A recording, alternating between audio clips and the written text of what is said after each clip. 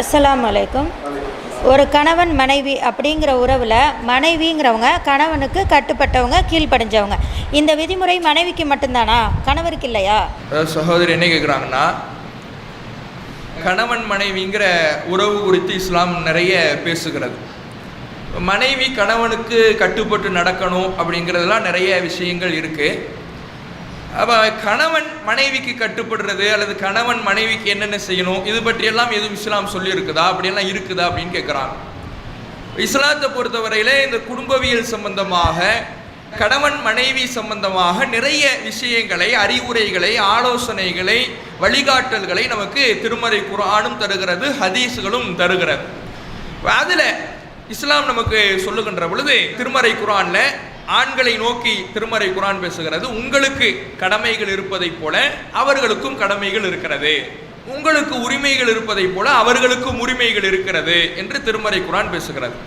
அதே போல இன்னொரு இடத்துல இறைவன் பேசுகிற பொழுது ஆண்களுக்கும் பெண்களுக்கும் அவரவர்களுக்கான கடமைகள் இருக்கிறது, ஆண்களுக்கு சற்று கூடுதல் சிறப்பும் இருக்கிறது என்றும் குர்ஆன் பேசுகிறது. இந்த கூடுதல் சிறப்புங்கிறது என்ன? ஆண்கள் தான் உழைக்கக்கூடியவர்களாக இருக்கிறாங்க, பொருளாதாரத்தை திரட்டக்கூடியவங்களாக இருக்கிறாங்க, குடும்பத்தினுடைய பொறுப்பு அனைத்தையும் சுமக்கக்கூடியவர்களாக இருக்கிறாங்க. இப்போ இந்த வகையிலே அவர்களுக்கு கூடுதல் சிறப்பு என்பதும் இருக்கிறது என்பதையும் திருமறை குர்ஆன் நமக்கு பதிவு செய்கிறது. ஒரு மனைவி கணவனுக்கு கட்டுப்பட்டு நடக்க வேண்டும் என்பதை நபிகள் நாயகம் ஸல்லல்லாஹு அலைஹி வஸல்லம் அவர்கள் நமக்கு பல்வேறு இடங்களில் சொல்லி காட்டுறாங்க. ஒரு மனைவி கணவனுக்கு கட்டுப்பட்டு நடக்கணும், ஒரு நல்ல பெண்ணுக்கான அடையாளமாக சொல்லும் பொழுது கூட அந்த பெண் தன்னுடைய கணவனுக்கு கட்டுப்பட்டு நடப்பாள் அப்படிலாம் சொல்கிறாங்க. இப்போ இப்படிலாம் இருக்குத, அப்போ கணவன்மார்கள் என்பவர்கள் மனைவிக்கு கட்டுப்படவே கூடாதா, மனைவி பேச்சை கேட்கவே கூடாதா அப்படிங்கிற ஒரு கேள்வி வருதுல்ல. மனைவிக்கு இஸ்லாம் வழிகாட்டுகிறது, கணவனுக்கு அப்படியான வழிகாட்டல் இல்லையா அப்படிங்கிற ஒரு கேள்வியும் வருகிறது. அப்போ இதை நாம் எப்படி புரிஞ்சுக்கணும்னா, கணவன்மார்கள் மனைவிக்கு கட்டுப்பட்டே கூடாது, மனைவியினுடைய பேச்சை கேட்கவே கூடாது அப்படிங்கிறதெல்லாம் கிடையாது.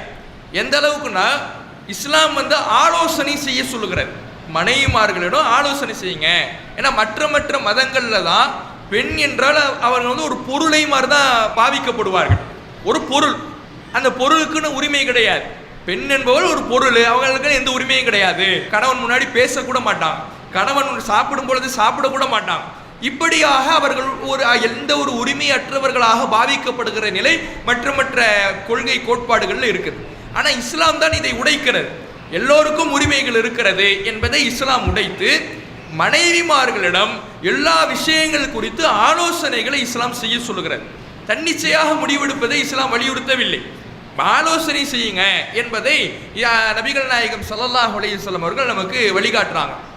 அல்லாஹுடைய தூதர் அவர்கள் ஹுதைபியா உடன்படிக்கை சமயத்தில் சஹாபாக்களுக்கு ஹுதைபியாவிலிருந்து திரும்ப அனுப்பி வைக்கப்படுறாங்க. ஒரு ஒப்பந்தம் நடக்குது, உம்ரா செய்யறதுக்காக போறாங்க, எதிரிகளால் தடுக்கப்படுறாங்க. சஹாபாக்கள்லாம் ஆசையாக உம்ரா செய்ய போறோமே அப்படின்னு வந்தாங்க. எதிரிகளால் தடுக்கப்பட்ட உடனே கவலையோடு எல்லாமே திரும்புறாங்க. அப்ப நபிகள் நாயகம் ஸல்லல்லாஹு அலைஹி வஸல்லம் அவர்கள் சஹாபாக்களுக்கு கட்டளையிடுறாங்க, நீங்கள் கொண்டு வந்த அந்த பலிப்பிராணிகளை எல்லாம் அறுத்து பலியிட்டு விட்டு உங்களுடைய தலையை மலித்துக் கொள்ளுங்கள் அப்படின்னு ரசூலுல்லாஹ் கட்டளை போடுறாங்க. ஆனால் கவலையில் இருந்த அந்த சஹாபாக்களுக்கு இந்த கட்டளை ஏறலை, அவங்களுக்கு அது புரியவே இல்லை. அதுக்கு அதை காது கொடுத்து கூட அவங்க வாங்கலை, அப்படியே உட்கார்ந்தே இருக்கிறாங்க.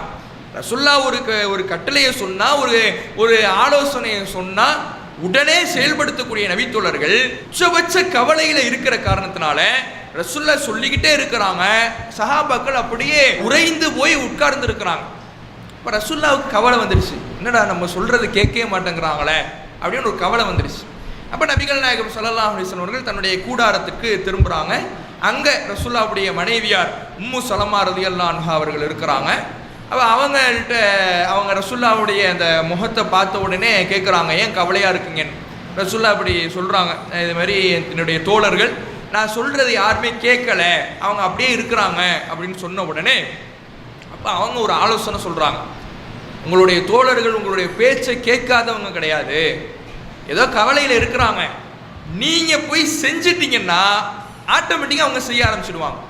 நீங்கள் சொன்னது அவங்களுடைய காதுகளில் ஏறாமல் இருந்திருக்கலாம், கவலையில் அவர்கள் உறைந்து போயிருக்கலாமே தவிர, நீங்கள் அவங்க முன்னாடி போய் உங்களுடைய தலையை மழித்து உங்களுடைய பலிப்பிராணியை நீங்கள் பலியிட்டு விட்டீர்கள் என்றால் அவங்க தன்னால் ஒருவர் பின் ஒருவராக செய்ய ஆரம்பித்து விடுவாங்கன்னு ஒரு ஆலோசனையை கொடுக்குறாங்க. நபிகள் நாயகம் ஸல்லல்லாஹு அலைஹி வஸல்லம் அவர்கள் இந்த நேரத்தில் நீ என்ன, உனக்கு இதுக்கு என்ன சம்பந்தம், நான் இந்த நிர்வாக விஷயத்தையெல்லாம் நான் பார்த்துக்கிறேன், ஓ வேலையை பாரு, இப்படி ரசூலா சொல்லலை. ஒரு மனைவியார் ஆலோசனை சொன்ன உடனே அந்த ஆலோசனை நல்ல ஆலோசனையாக இருக்கின்ற பொழுது அதை ஏற்றுக்கொள்ளுகிறார்கள். அங்கே போகிறாங்க, அந்த மனைவியார் சொன்ன மாதிரி இவங்க தன்னுடைய தலையை மழித்துக் கொள்ளுகிறார்கள், தன்னுடைய பலிப்பிராணியை பலி கொடுக்குறாங்க. இதை பார்த்த உடனே சஹாபாக்கள் ஒருவர் பின் ஒருவராக எந்த மறுபேச்சும் இல்லாமல் அவங்களுடைய தலையை மழித்து கொண்டு தங்களுடைய பலிப்பிராணியை பலியிட்டாங்கிற செய்தியை நம்ம பார்க்கிறோம். அப்போ நபிகள் நாயகம் ஸல்லல்லாஹு அலைஹி வஸல்லம் அவர்கள் மனைவிமார்களை பொறுத்தவரையிலே அவர்களுக்கு எந்த உரிமையும் கொடுக்காதவர்களாக, பேச்சுரிமை கொடுக்காதவர்களாக அவர்களை வைத்திருக்கவில்லை. மனைவிமார்கள் அவர்களுடைய ஆலோசனையை கேட்டு நடப்பவர்களாகவும் நபிகள் நாயகம் ஸல்லல்லாஹு அலைஹி வஸல்லம் அவர்கள் இருந்திருக்கிறார்கள் என்பதை இந்த செய்தியிலிருந்து நம்மால் அறிந்து கொள்ள முடிகிறது.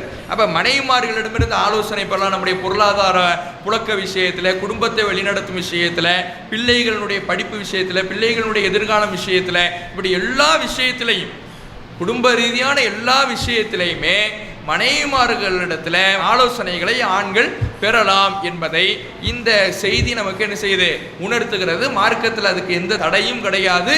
அதை மார்க்கம் வழிகாட்ட தான் செய்கிறது. சுல்லாவே ஆலோசனை கேட்டு செஞ்சிருக்கும் பொழுது நமக்கு அது ஒரு முன்மாதிரி. நபிகள் நாயகம் ஸல்லல்லாஹு அலைஹி வஸல்லம் அவர்களுடைய ஒவ்வொரு செயல்பாடும் முன்மாதிரி என்பதை போல இதுவும் நமக்கான முன்மாதிரி தான். மனைவிமார்களுடைய அந்த ஆலோசனையை கேட்டு நடப்பதை மார்க்கம் என்ன செய்து நமக்கு வழிகாட்டுகிறதுங்கிறத இந்த செய்தியிலிருந்து புரிந்து கொள்ளலாம். அல்லாஹு அக்பர், அல்லாஹு அக்பர்.